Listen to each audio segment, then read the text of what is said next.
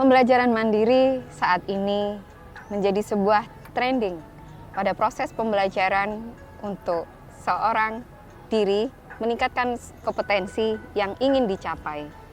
Kita tahu bahwa mandiri belajar tidak hanya berupa belajar dengan diri sendiri ataupun secara individual, dan sumber belajarnya pun juga beraneka ragam.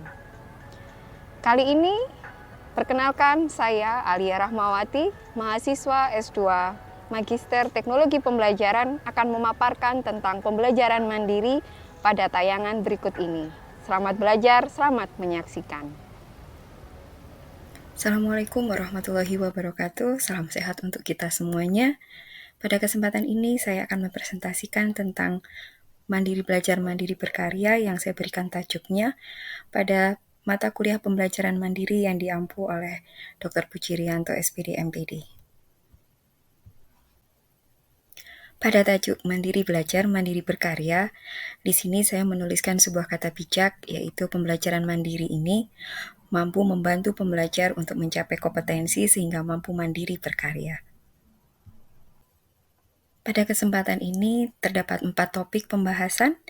Yang pertama yaitu anatomi belajar mandiri, yang kedua batasan konsep belajar mandiri, yang ketiga terdapat 3 poin, yang A self-regulated learning, B self-directed learning, dan yang C self-determined learning. Dan yang keempat yaitu model belajar mandiri. Kita tahu bahwa paradigma pembelajaran tentang konstruktivisme ada pembelajaran aktif, di mana adanya perubahan perilaku, kemudian adanya perubahan sikap, dan adanya perubahan yang tidak bisa menjadi bisa, yang bisa menjadi lebih mahir. Namun di sini kita juga perlu mengetahui bagaimana prekondisi yang menjadi tiangnya. Apabila tiang itu tidak tepat, maka tidak akan mungkin menuju sasaran. Nah, di sini untuk prekondisinya yaitu motivasi belajar. Nah, berikutnya yaitu strategi pembelajaran. Di sini pembelajaran strateginya yaitu belajar aktif, di mana pembelajar, peserta didik atau siswa yang lebih aktif pada saat proses pembelajaran. Tidak pasif, tidak hanya menerima saja, tapi lebih bisa membuka diri untuk mau belajar dan mau bersikap. Nah, mengapa begitu? Karena dari semua hal yang dilakukan sebenarnya tujuan pembelajarannya yaitu satu, sebuah kompetensi. Nah, pembahasan yang kedua tentang batasan konsep belajar mandiri juga perlu kita ketahui. Yang pertama yaitu tentang kegiatan belajar aktif. Karena kita tahu ya, cenderung biasanya seorang fasilitator, narasumber, dan seterusnya hanya memberikan pada satu arah pembelajaran. Sedangkan untuk belajar mandiri ini, batasan konsepnya pasti belajar aktif seperti yang kita bahas pada anatomi belajar mandiri. Adanya interaksi yang baik, kemudian adanya semangat dari peserta didik yang akan nanti kaitannya dengan motif atau niat pada poin yang kedua. Nah, motif yang tadi saya sampaikan yaitu ada motif yang motivasi atau niatan yang dari intrinsik dari dalam dirinya karena merasa membutuhkan, merasa kurang. Kemudian maka dia ingin belajar lebih aktif, mendapatkan informasi tidak hanya pada satu sumber saja, ada keinginan lebih untuk mau belajar maupun mempraktekkan, ingin membaca.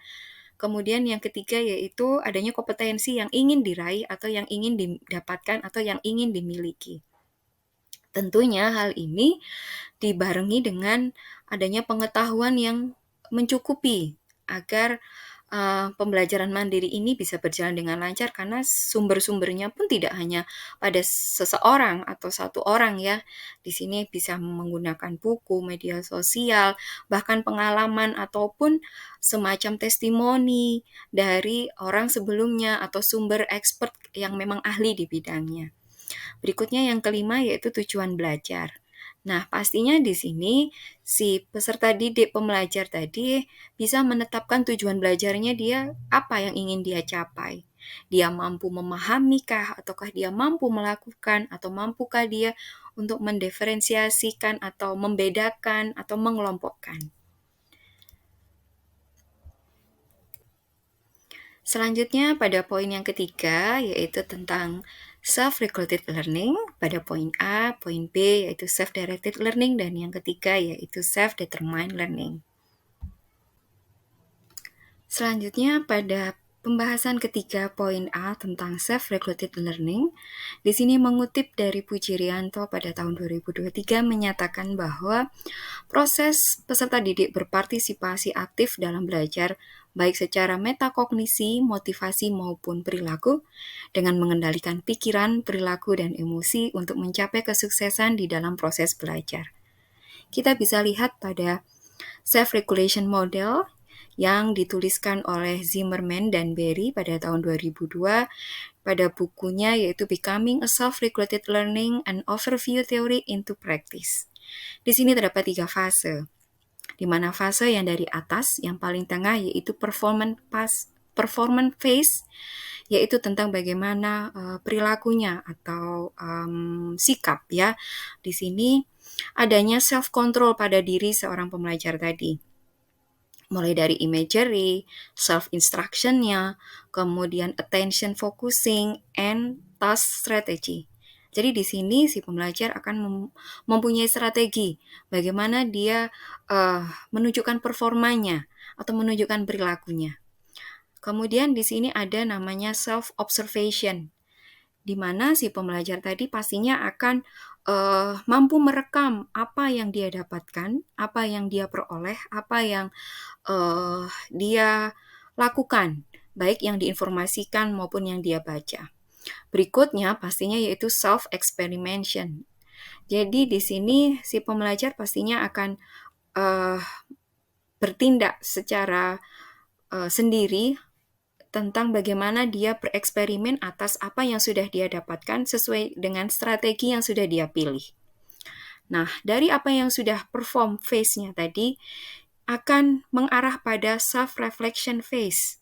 Pada fase ini, dirinya sendiri akan menilai kemampuannya, menilai apa yang sudah dia lakukan, yaitu self-evaluation, dan kemudian adanya causal attribution. Jadi ada hukum sebab akibatnya. Kalau saya melakukan self-experiment pada performance phase, maka apa akibat yang saya peroleh? Dan pastinya adalah self-reaction. Di sini pastinya si pembelajar akan bisa merasakan self-satisfaction. Saya kayaknya kurang mampu, makanya saya kurang puas dengan apa yang saya lakukan. Begitu juga dengan adaptive defensive. Di sini pasti dia akan mempertahankan diri, akan mengadaptasi. Oh, kalau misalnya saya mendapatkan informasi dari sumber A, kemudian saya mencoba melakukan, sepertinya saya kurang pas, saya kurang puas, sepertinya ada yang keliru, ada yang kurang, dan seterusnya. Nah, berikutnya juga pada fase yang berikutnya yaitu forethought phase. Pada fase ini dia akan berpikir ke masa sebelumnya atau masa yang akan datang. Makanya ada yang namanya timbul task analysis. Jadi akan dianalisa pada saat saya melakukan perform seperti ini, saya mencoba melakukan strategi belajar yang seperti ini, sepertinya saya kurang puas dengan hasilnya. Ternyata yang seharusnya saya bisa mendapatkan grade A ataupun kompeten di bidangnya, ternyata saya kurang tepat. Nah, mungkin saya ada yang kurang pas. Nah, disinilah akhirnya ketemu dengan namanya task analysis. Di mana pada task analysis ini, pasti si pembelajar tadi akan merencanakan hal-hal apa saja tujuan berikutnya, goal settingnya akan seperti apa. Kemudian dari goal tadi dia akan memplanningkan strateginya seperti apa yang harus saya lakukan. Dan pastinya terkait dengan bagaimana motivasi belajar seperti yang di anatomi maupun batasan, di sini ada self-motivation belief. Dengan saya mampu menyelesaikan satu tugas pekerjaan ini dengan strategi seperti ini dan planning, timeline, dan seterusnya, maka saya mampu akan mendapatkan apa yang saya inginkan, termasuk di goal setting tadi. Nah, di sini pada self-motivation belief-nya, ini kita akan tahu extrinsic-nya. Wah, kayaknya saya ingin terdorong untuk bisa menulis jurnal dengan baik karena akan mengejar dengan Scopus dan seterusnya. Nah, maka di sini akan membentuk sebuah goal setting tadi. karena keinginan lebih untuk bisa belajar menulis dengan baik misalnya. Kemudian ada outcome ekspektasi. Outcome ekspektasinya saya bisa sampai tembus ke jurnal Q1, Q2 yang dipublish secara internasional. Nah, learning goal orientasi ini yang memang sangat dibutuhkan pada fase uh, yang sebelumnya dan yang akan datang yang akan dilakukan. Begitu juga pada pedagogi seperti yang sudah dijelaskan oleh Bapak Puji-Rianto.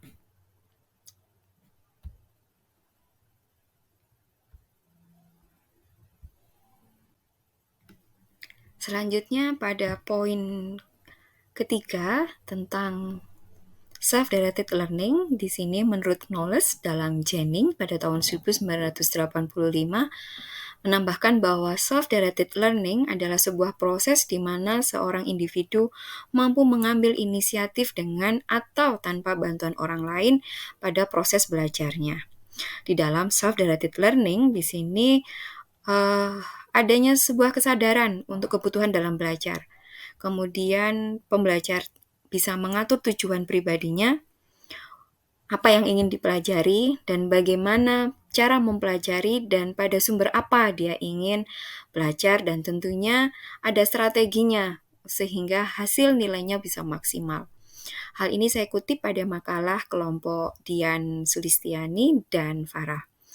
Selanjutnya saya bisa menjelaskan tentang bagaimana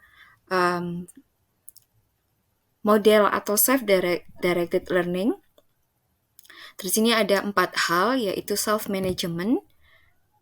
Kita mulai dari yang hijau terlebih dahulu pada sebelah kanan, yaitu di sini pembelajar mampu merencanakan untuk kebutuhan dirinya sendiri, mampu mengontrol sikap, kemudian sumber apa saja yang dia ingin dapatkan, entah dari media sosial, ataukah dia senang membaca, ataukah dia senang mendengarkan cerita dari expert atau orang yang ahli, atau hanya cukup melihat, mampu bisa merekam dengan baik, kemudian bisa berpikir secara mandiri, dan tentunya mampu mencari solusi atas masalah yang dia hadapi, dan berikutnya juga mampu mengambil keputusan apa yang tepat untuk mengatasi masalahnya. Berikutnya, pada self-monitoring, di sini pembelajar tentunya mampu memonitor dirinya sendiri, mampu memikirkan, mampu menelaah, mampu mengontrol apa yang sudah dia lakukan, apa yang sudah dia rencanakan, bagaimana pada proses actionnya, dan bagaimana nanti proses evaluasi maupun refleksi. Seperti itu. Nah, berikutnya di sini ada self-modification.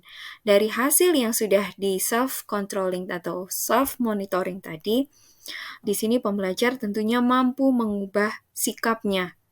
Adanya change behavior based on self-monitoring and feedback received from others. Jadi di sini pembelajar tidak boleh menutup mata, menutup telinga, bahkan tidak berarti belajar mandiri itu terlepas dari orang lain, bukan berarti dikerjakan sendiri dalam tanda petik tertentu, namun di sini pembelajar mandiri ini dia merasa membutuhkan, kemudian dia ingin mencari tahu, bahkan mencari tahunya tidak hanya pada satu sumber saja, dan tidak hanya mendengarkan dari salah satu sumber, misalnya guru seperti Toto Widya Iswara atau fasilitator atau dosen, tapi di sini dia mampu mencari beberapa sumber yang menurut si pembelajar tadi itu mencukupi akan kebutuhan informasi atau bagaimana caranya untuk mencapai kompetensi.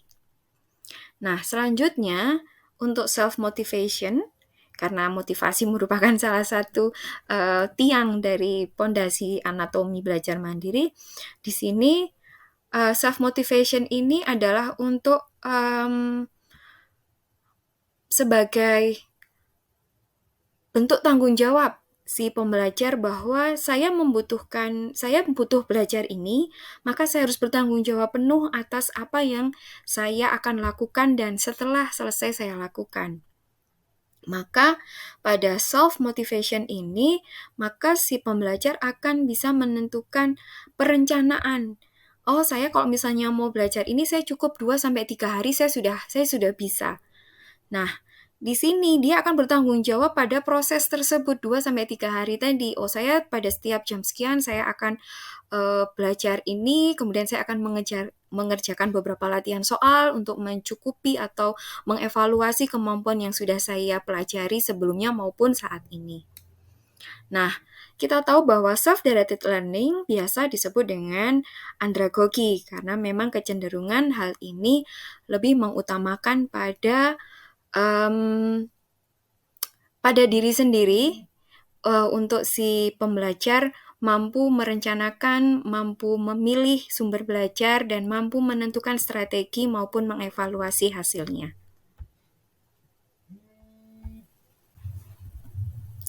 Selanjutnya, pada poin 3, yaitu yang C, ada self-determined learning.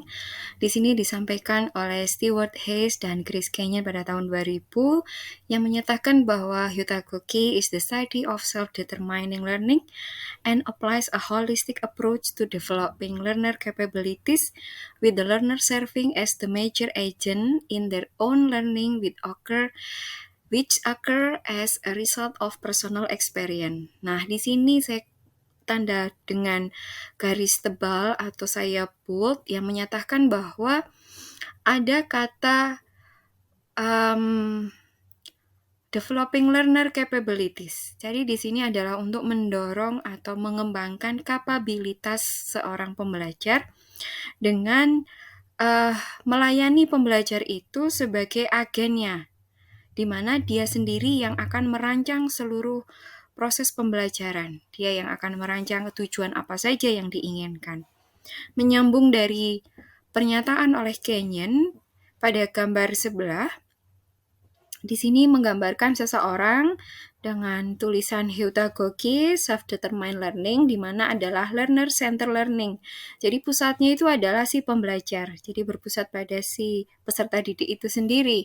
Karena di sini pada gambar yang pertama pada posisi tengah ada kalimat self-identifies learning needs and outcome. Jadi si pembelajar mampu mengidentifikasi kebutuhan belajar apa sih yang dia merasa harus menambah atau mengupgrade skill maupun knowledge-nya, dan outcome apa nanti yang akan mampu dihasilkan dari kebutuhan itu.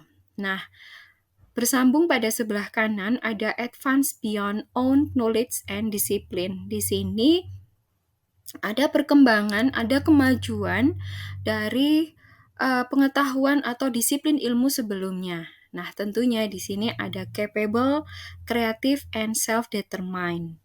Tentunya di sini juga ada namanya seek and awareness, adaptive, and competencies. Nah, tentunya tadi sebagai tujuan utama dari belajar mandiri adalah ketercapaiannya sebuah kompetensi yang mampu membuat si pembelajar lebih adaptif. Tentunya pada heutagogy atau self-determined learning kita mengenal namanya double loop learning, di mana pada SRL atau self-regulated learning dan self-directed learning cenderung pada single loop. Apakah itu single loop dan double loop? Single loop dan double loop di sini adalah sebuah rangkaian pembelajaran yang berputar tunggal, itu untuk single loop. Jadi hanya pada masalah yang dihadapi, kemudian bagaimana prosesnya dan outcome atau hasilnya. Sedangkan untuk double loop learning ini berantai adanya keyakinan dan tindakan, kemudian bagaimana dia menghadapi masalah yang sedang dibutuhkan proses belajar, kemudian tindakannya seperti apa dan hasilnya bagaimana. Sedangkan pada garisnya, keyakinan dan tindakan itu akan mengarah pada hasil. Itu yang disebut dengan double loop. Karena kita tahu bahwa tujuan dari Heutagogy sendiri adalah untuk mengajarkan pembelajaran seumur hidup atau long life learning atau lifelong learning. Selanjutnya, pada sebelah kiri ke kolom atau lingkaran ke-6, ada self-reflected. Nah, Di sini yang dimaksudkan self-reflected adalah dia mampu menganalisa atau mampu merefleksikan diri pada apa yang sudah dilakukan terkait dengan need-nya apa, kemudian bagaimana proses yang sudah dilakukan, kemudian kompetensi yang sudah diraih seperti apa, dan bagaimana proses double loop tadi. Dan tentunya di sini ada transformasi. Nah, yang terakhir adalah adanya responsible, adanya bentuk tanggung jawab pada si pembelajar, baik itu non-linear learning and teaching. Jadi baik itu yang memang sesuai dengan knowledge sebelumnya maupun yang tidak sama sekali berbeda. Nah, demikian untuk poin C terkait dengan self-determined learning. Poin yang keempat yaitu model belajar mandiri. Nah, di sini disampaikan oleh Haris Mujiman terdapat 6 model belajar yang biasanya digunakan pada pembelajaran mandiri. Kita simak satu persatu. Selanjutnya, model yang pertama yaitu problem-based learning. Untuk problem-based learning kita tahu adalah model pembelajaran yang berbasis masalah di mana digunakan untuk mendorong menstimulasi peserta didik agar mampu secara mandiri. Kemudian di sini pastinya akan dipantik dengan sebuah masalah yang memang menjadi tren ataupun kendala besar yang sedang dihadapi, baik itu di keadaan tertentu. Kemudian peserta didik diminta untuk mampu memikirkan metode uji coba ataupun eksperimen-eksperimen yang digunakan sebagai solusi dari masalah yang sedang didiskusikan tadi. Nah, di sini pada problem-based learning, peserta didik pastinya akan dimotivasi atau diajak untuk mampu mengembangkan konsep atau pengetahuan ataupun perilaku ataupun hal sikap lain yang digunakan untuk memecahkan masalah tentunya, dan kita bisa mengetahui seberapa percaya diri peserta didik dan seberapa besar kemandiriannya. Pada problem-based learning ini terdapat 5 sintak yang harus dilalui, yaitu yang pertama, orientasi siswa pada masalah. Jadi di sini kita mengajak peserta didik untuk merasakan keadaan masalah yang dihadapi supaya mereka bisa menerjemahkan atau bisa melihat sekitar tentang masalah tersebut. Kemudian selain itu kita juga membantu mereka untuk bisa mengetahui tujuan dan hal-hal apa saja dari permasalahan yang sedang didiskusikan. Berikutnya yang kedua yaitu mengorganisasi siswa.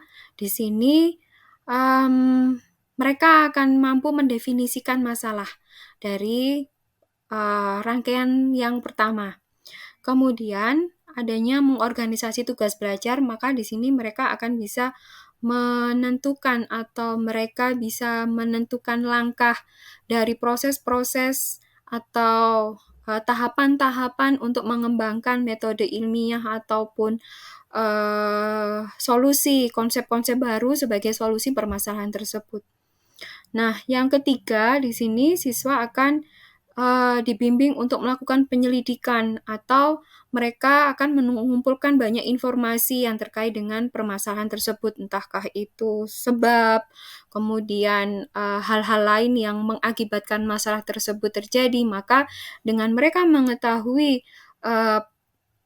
latar belakang ataukah sebab dari permasalahan itu, mereka akan bisa menemukan formula untuk membuat sebuah solusi. Nah, dari penyelidikan dari tahap 1 hingga tahap ketiga, mereka akan melanjutkan ke menyajikan hasil, di mana di sini pastinya peserta didik dalam bentuk kelompok ataukah individu, mereka akan menyajikan hasil tersebut dalam sebuah laporan. Dengan laporan tersebut dibuat dalam bentuk seperti apa yang disesuaikan dengan hal yang paling mudah atau yang paling mereka sukai.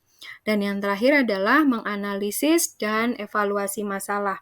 Tentunya di sini mereka akan mengevaluasi terhadap proses-proses sebelumnya terkait dengan apa yang mereka sudah lakukan pada setiap tahapnya, sehingga mereka akan mengetahui bahwa untuk menuju hasil itu mereka memerlukan proses dan bisa saja proses yang mereka lakukan itu tidak berhasil akan mengulang proses kembali hingga menemukan sebuah hasil yang sesuai dengan masalah tersebut. Selanjutnya, model pembelajaran mandiri yang kedua yaitu independent learning. Yang dimaksudkan dengan independent learning di sini adalah diartikan dengan belajar bebas, di mana setiap peserta didik pembelajar di sini akan memiliki tujuan belajar yang mereka tetapkan sendiri, kemudian bagaimana cara untuk mencapainya seperti yang disampaikan oleh Bapak Mujiman di tahun 2008, bahwa anak-anak di sini diberikan keleluasaan untuk berpikir dan bertindak secara inisiatif. Bisa belajarnya dimanapun, kapanpun, dengan siapapun tentunya. Nah, sebagaimana yang kita bisa lihat pada siklus independent learning, yang pertama adalah question, ada pertanyaan, ada semacam kegelisahan gitu ya. Apa ya yang sebenarnya terjadi, apa ya yang sedang saya butuhkan, dan apa ya yang saya merasa kurang untuk belajar. Nah, dilanjutkan dengan tahapan yang kedua, plan atau perencanaan. Nah, di sini seperti yang disampaikan pada kalimat yang dikutip dari Pak Haris Mujiman, bahwa mereka mampu menetapkan cara mencapainya tujuan belajar tersebut. Secara otomatis mereka akan merencanakan bagaimana kegelisahan tadi itu akan diraih atau akan mendapatkan jawaban.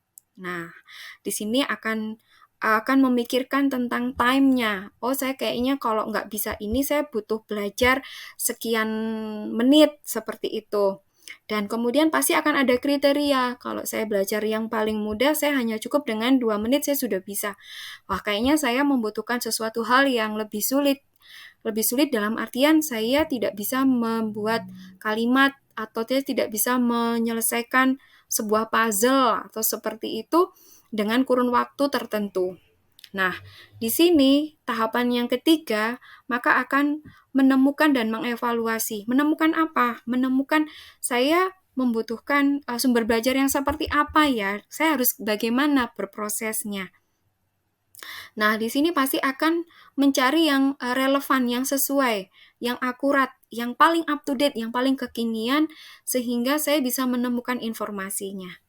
Nah, berikutnya yang tahap keempat ada namanya organize key information atau mengumpulkan informasi kuncinya. Nah, di sini kita kembali pada poin yang pertama atau pada poin question, supaya kita bisa mengetahui clue apa saja ya yang menjadi sebuah pertanyaan saya. Contoh misalnya pada saat kita kesulitan membuat sebuah artikel tulisan misalnya. Clue-nya seperti apa? Apakah kita kurang tahu tentang current issue yang sedang trending? Kemudian, kalau misalnya berpatok pada artikel yang dikelola oleh penyedia A misalnya, saya harus mengetahui tentang template dan seterusnya. Nah, situ adalah organize the key information, jadi mengorganisasi atau mengumpulkan kata-kata kunci, informasi-informasi kunci yang mampu untuk melanjutkan melangkah. Berikutnya yaitu sintesis atau mensintesis segala bentuk informasi yang sudah didapatkan pada poin keempat, kemudian digabungkan antara sumber-sumber yang sudah didapatkan. Nah, misalnya tadi kan sudah merasakan kebutuhan apa ya, kemudian bagaimana saya melakukannya, saya mencari tahu, kemudian saya mengumpulkan kata-kata kunci, dan di sini adalah menggabungkan antara informasi dari langkah 1 hingga ke-4 dengan sumber-sumber yang didapatkan. Kemudian di sini pastinya pembelajar akan mampu menarik benang merah antara kesulitan yang dihadapi dengan sumber belajar yang didapatkan dan kebergunaan atau prosesnya selama menempuh atau mencari tahu tentang pertanyaan yang ingin disolusikan tadi. Yang berikutnya yaitu keenam, reflect atau refleksi. Nah, di sini kita akan mengintrospeksi atau menengok ke belakang dari apa yang sudah dilakukan poin 1 hingga poin kelima. Apakah sudah terjawab kegelisahan atau keresahan ataupun ketidakbisaan saya atau menurunnya kapasitas atau kompetensi yang dimiliki. Nah, di sini dilanjutkan dengan poin yang ketujuh, adanya komunikasi. Nah, komunikasi di sini adalah kita bisa tahu apa saja yang sudah didapatkan, kemudian apa saja yang sudah diperoleh, itu terorganisir dengan baik, kemudian langkah apa saja yang sudah dilakukan. Nah, namun ini berbeda halnya dengan evaluasi. Kalau dievaluasi di sini, kita bisa tahu apakah saya melakukannya itu dengan baik, dalam artian sudah sesuai dengan prosesnya, sesuai dengan sumber atau informasi yang didapatkan untuk menjawab kegelisahan atau ketidakbisaan tersebut. Nah, di sini siklus ini akan cukup membantu untuk independent learning agar motivasi tadi, kemudian adanya kegelisahan, merasa tidak bisa, merasa kurang, kemudian bisa menentukan perencanaan, dan bagaimana untuk strateginya melangkah atau berproses belajar hingga pada akhirnya mengevaluasi diri sendiri. Berikutnya yang ketiga yaitu tentang quantum learning. Kita tahu bahwa quantum learning adalah sebuah konsep model belajar yang berfokus pada sugesti sebagaimana yang dikenalkan pertama kali oleh Gorgi Lozanov sebagai seorang psikiater atau yang ahli pada bidang syaraf yang berulang kali bereksperimen menggunakan sugestologi ataupun sugestopedia. Di sini pada quantum learning lebih memaksimalkan momen belajar anak, yaitu untuk mengubah cara belajar yang lebih menyenangkan, lebih meriah seperti itu, kemudian adanya nuansa yang berbeda sehingga dapat mengoptimalkan lingkungan belajar yang efektif baik fisik maupun mental. Kalau kita lihat pada tayangan siklus, di sini kita melihat namanya konsep tandur. T yang pertama yaitu ada perasaan menumbuhkan atau enroll. Nah, di sini peserta didik akan ditumbuhkan rasa ingin belajar lebih, ingin mengetahui banyak hal, kemudian ditumbuhkan rasa bahwa saya mampu menyelesaikan, saya mampu belajar, dan saya mampu untuk mengatasi. Ataupun di sini adalah lebih mengoptimalkan pada motivasi. Nah, perlu adanya proses sugesti bahwa siswa untuk bisa belajar aktif walaupun memang setiap individu mempunyai karakter yang berbeda. Berikutnya experience atau alami. Jadi maksudnya alami itu mereka langsung merasakan seperti learning by doing. Jadi mereka langsung merasakan, tidak hanya mendengarkan, tidak hanya bisa melihat tapi juga bisa melakukan. Karena di sini kita tahu untuk quantum learning ini ada hal tentang kecakapan hidup atau semacam life skill seperti itu. Nah, makanya perlu adanya sebuah experience atau pengalaman. Yang berikutnya, learn and label atau memberikan nama. Nah, hal ini sangat memudahkan peserta didik pembelajar untuk yang tidak tahu itu menjadi tahu dan lebih memudahkan mereka untuk bisa masuk ke dalam pemahamannya. Nah, akan sangat menyenangkan dan sangat meriah memberikan nama sesuai dengan usia kognitif mereka. Berikutnya yang keempat yaitu demonstrate atau demonstrasikan. Nah, penentu pastinya berhubung dengan experience tadi ya, dengan pengalaman, karena dengan demonstrasi mereka tidak hanya mendengarkan, namun mereka akan bergerak atau bersikap, karena kita tahu bahwa dengan membaca itu hanya berapa persen, dengan mendengar hanya berapa persen, tapi bagaimana dengan mereka melakukan atau mereka mempunyai pengalaman langsung seperti itu. Dan berikutnya yang kelima yaitu ulangi. review and reflect. Kita tahu bahwa tidak hanya sekali langsung jadi, sekali langsung bagus seperti itu, tapi mereka membutuhkan waktu berulang-ulang untuk apa yang akan mereka tekuni. Jadi contohnya seperti halnya mereka belajar menulis. Menulis tidak langsung satu kali menulis huruf A, huruf abjad, dan seterusnya akan langsung sempurna seperti melihat tayangan melalui video, namun dibutuhkan berulang-ulang. Nah, tidak hanya mendengarkan membuat huruf A dimulai dari lingkaran, dari titik ini, tapi tidak hanya mendengarkan, tidak hanya melihat, tapi tangan mereka bergerak sehingga itu akan jauh lebih memudahkan mereka untuk tertancap atau pemahamannya, dan dengan demonstrasi itu akan jauh lebih berlangsung lama, long term memorinya. Dan yang terakhir adalah celebrate atau rayakan.